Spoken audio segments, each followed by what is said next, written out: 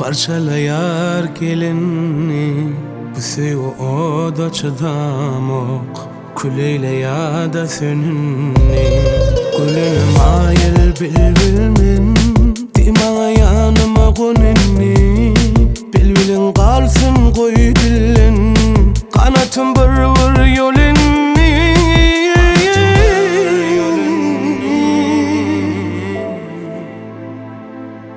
Yüreği geçtin sözüm yok Parçalayar gelinni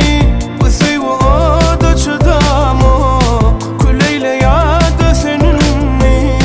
Gülüne mayıl bilbilmin Dimana yanıma koninni Bilbilin kalsın koy dillin Kanatım vır vır yolinni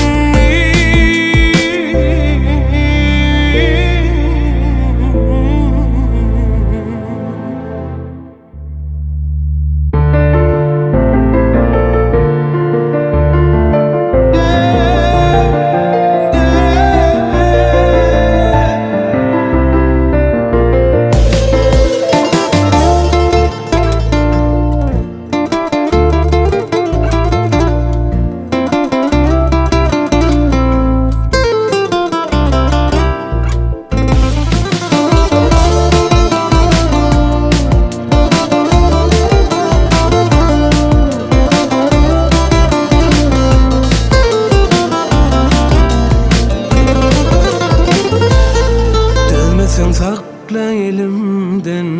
Gözüme can söyünni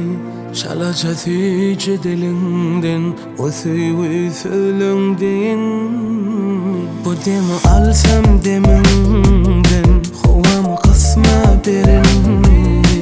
Adaşıp gittim serimden Yanıma gülüm gelinni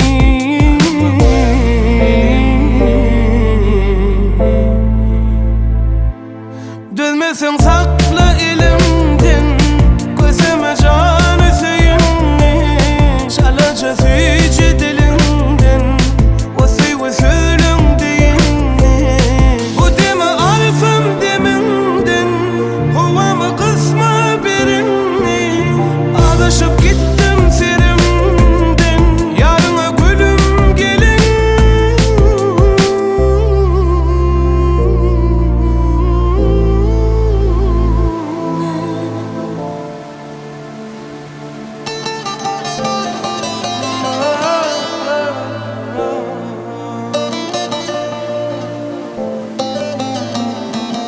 Gelin